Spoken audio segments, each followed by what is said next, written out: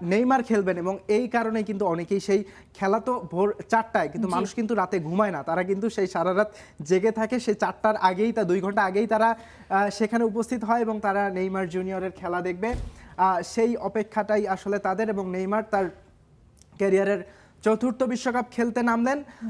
সেখানে আমি উপস্থিত ছিলাম। ভিনিসিয়াস জুনিয়র যখন গোল করেছেন তখন তারা যেভাবে উল্লাসটা করেছে, আমার কাছে মনে হচ্ছে যে তার থেকেও বেশি তারা উল্লাসটা করেছে যখন নেইমার জুনিয়র আসলে খেলতে নেমেছেন।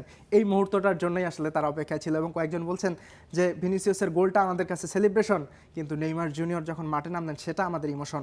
এই অপেক্ষাটাতেই তো ছিল, এবং নেইমার জুনিয়র যে এই বিশ্বকাপটা খেলবেন কি খেলবেন না তা নিয়ে একটা শঙ্কা ছিল, এবং তারপরে যখন তাকে আসলে নেওয়া হলো, তারপরে ম্যাচের আগেই কিন্তু আসলে নেইমার কি খেলছেন কি খেলছেন না, ইনজুরি কতটুকুন আপডেট সেটা নিয়ে সবারই শঙ্কা থাকতো, সবাই অপেক্ষা করতেন নেইমার কবে ফিরছেন। এবং সেকেন্ড ম্যাচে যখন হাইতির সাথে জয়ের পর আনচেলত্তি বললেন যে he is fit to play, পুরো ব্রাজিল ভক্তরাই আসলে সেখানে একটা আনন্দ উৎসবের যে আমেজ সেটাই মনে হয় আজকে পূর্ণতা পেয়েছে সবুজ।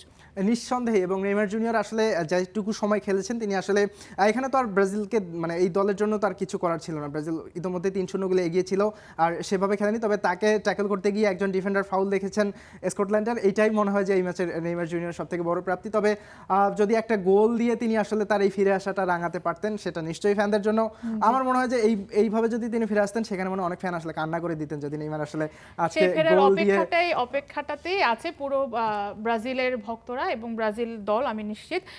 সবুজ, ব্রাজিলকে নিয়ে আসলে অনেক কথা বলার আসলে ব্রাজিল কিন্তু এই মুহূর্তে আসলে চ্যাম্পিয়ন হয়ে তারা নকআউট পর্বে গেছে, এবং এখানে যেটা নিঃশ্বাস যেটা ছিল, যেটা নিয়ে অনেক বেশি আলোচনার অপেক্ষা ছিল। এক্সপার্ট ইঞ্জিনিয়ারদের দক্ষ হাতে দেশের মানুষকে প্রতিদিন সুরক্ষিত রাখার প্রত্যয় নিয়ে এলো সেফ সার্কিট ব্রেকার।